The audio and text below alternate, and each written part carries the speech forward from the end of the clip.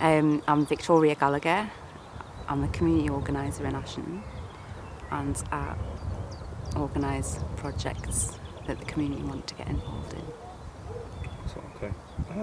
Why are you involved in this project?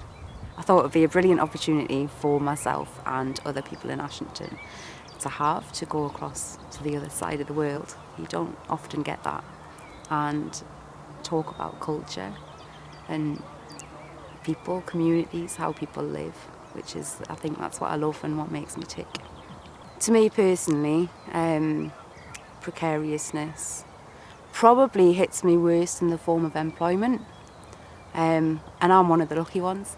So working in community contracts usually only lasts for a year, 2 years, and then you're struggling for funding, finding your next job and what you're going to do. It keeps you on your toes, and there's a lot of people that are worse off than I am.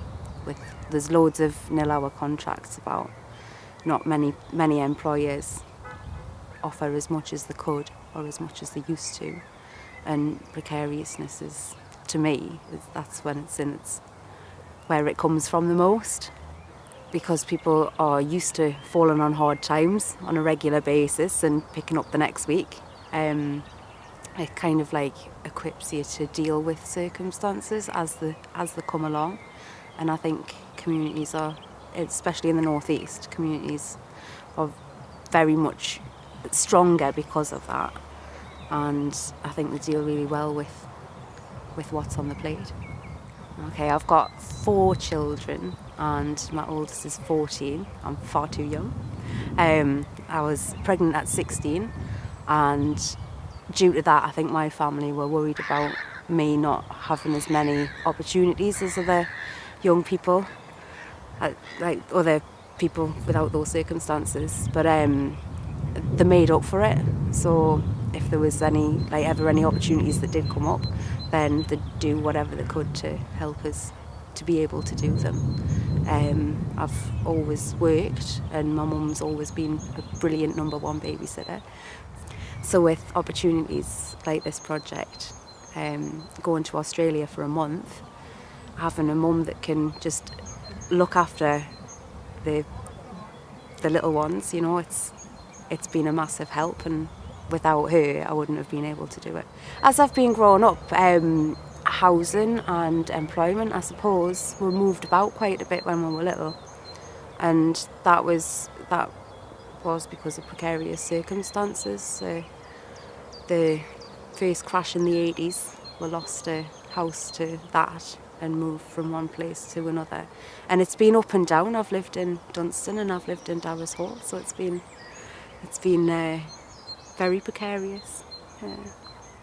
If I know resources are going to be scarce, I think I've learnt to be ready for the hard times, and I hope I've passed that on to my kids as well, so they'll be able to cope when things do take a turn for the worse. But I know I can be prepared for it, and I think it makes you enjoy the good times a bit more. I don't take them for granted as much. The lack of job opportunities here, because of the mines shutting down and there not being as many jobs, I feel that because I've got a job here, that I wouldn't necessarily move further away. Okay, and do you think that there's something, in what ways might you think that Aboriginal people's lives are precarious? Government legislation can affect individuals' lives so much, and I think my eyes have been open to that via the closing down of the communities, and having something that can affect you that much. It can take your home away, and it can upset your kids' school and everything. Your family, you know, they might not all find a place together in another area. Having that that would. So you think there's something similar in Aboriginal society? Yeah. And I think the pride that they have and the strength is similar to the people in Ashington as well. And also the love and the commitment to family. It wasn't just the mines they shut with.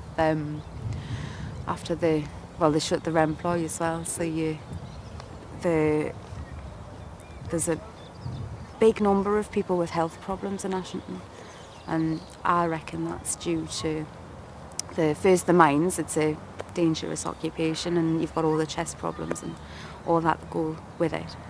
But after that, then we had a Remploy factory, which kept a higher number of people with disabilities working. So the fit and able ones, the ones that could, the ones that had the mean, moved out, and the ones that couldn't stopped.